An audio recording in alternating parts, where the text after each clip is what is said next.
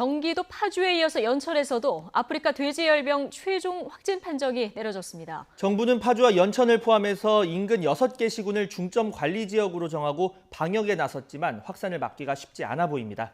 취재기자 연결합니다. 류재복 기자. 네, 농림축산식품부입니다. 네, 어제부터 우려가 됐었는데요. 경기도 연천 돼지 농장에도 확진 판정이 내려졌군요. 그렇습니다. 오늘 아침에 발병이 확인됐습니다. 경기도 연천군 백항면에 있는 돼지 농장입니다. 경기도 파주에 이어서 아프리카 돼지열병 발생이 두 번째입니다. 어제 오후 2시 40분쯤에 이 농가에서 의심 신고가 들어왔습니다. 어미돼지 한 마리가 폐사했다 이런 신고였는데요. 농장 관계자는 죽은 돼지가 2, 3일 전부터 식욕부진 증세를 보였다고 신고를 했습니다. 이 농장에서는 돼지 4,700여 마리를 기르고 있습니다. 파주 농장과 마찬가지로 남은 음식이 아닌 사료를 먹이고 있고 전염원으로 꼽히는 야생 멧돼지를 막기 위한 울타리도 설치되어 있습니다.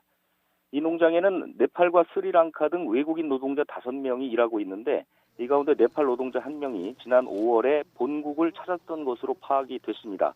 하지만 네팔은 아프리카 돼지열병 발생국은 아닙니다.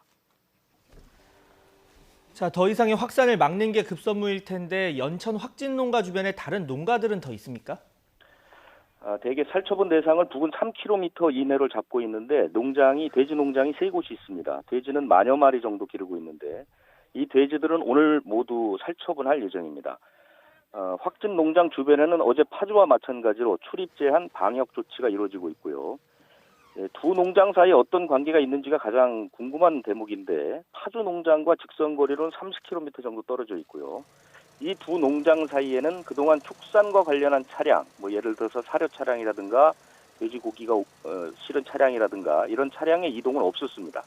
그리고 농장주나 직원들의 접촉도 없었던 것으로 조사가 됐습니다. 지금까지만 봐서는 연천과 파주 이 두 농장 사이의 역학관계는 확인되지 않은 상태로 보면 되겠습니다. 이것을 정리해보면 정부가 어제 파주를 중심으로 확산 방지에 나서는 동안 연관성을 알 수 없는 다른 지역에서 아프리카 돼지열병이 발생한 겁니다. 이 때문에 질병이 확산할 수 있다 이런 걱정과 지적이 커지고 있습니다. 특히 감염 경로나 원인 등도 전혀 파악되지 않고 있기 때문에 이 우려를 키우고 있습니다. 네, 정부가 오늘 강화된 대책을 내놓았는데 어떤 것들이 담겼습니까? 농식품부가 발병한 파주와 연천을 포함해서 부근 포천, 동두천, 김포, 철원 이렇게 6개 시군을 중점 관리 지역으로 지정을 했습니다. 어제보다 훨씬 강력한 대책이 들어가게 되겠죠. 중점 관리 지역 양돈 농가의 돼지 반출 금지 기간이 현재 일주일에서 3주로 늘어납니다. 또 소독 차량을 모두 동원해서 집중적으로 배치하고 소독약인 생석회 공급량도 많게는 4배까지 늘리기로 했습니다. 이 밖에 앞으로 3주 동안 경기와 강원 지역 축사에는 질병 치료와 관계없는 수의사나 사료업체 관계자 등의 출입도 제한하기로 했습니다. 문제점은 뭐냐면 정부가 지난 5월에 북한의 아프리카 돼지열병이 발생한 뒤에 접경 지역 14곳, 지금 발병한 2곳을 포함한 14곳을 특별 관리를 했는데도 파주 연천의 질병 발생을 막지 못했고 또 오늘 6개 시군을 중점 관리 지역으로 지정했음에도 이 14곳 가운데 8개 시군은 발생 가능성이 남아있다는 겁니다. 방역이 강력하게 상대적으로 적게 이루어질 가능성이 있기 때문인데요.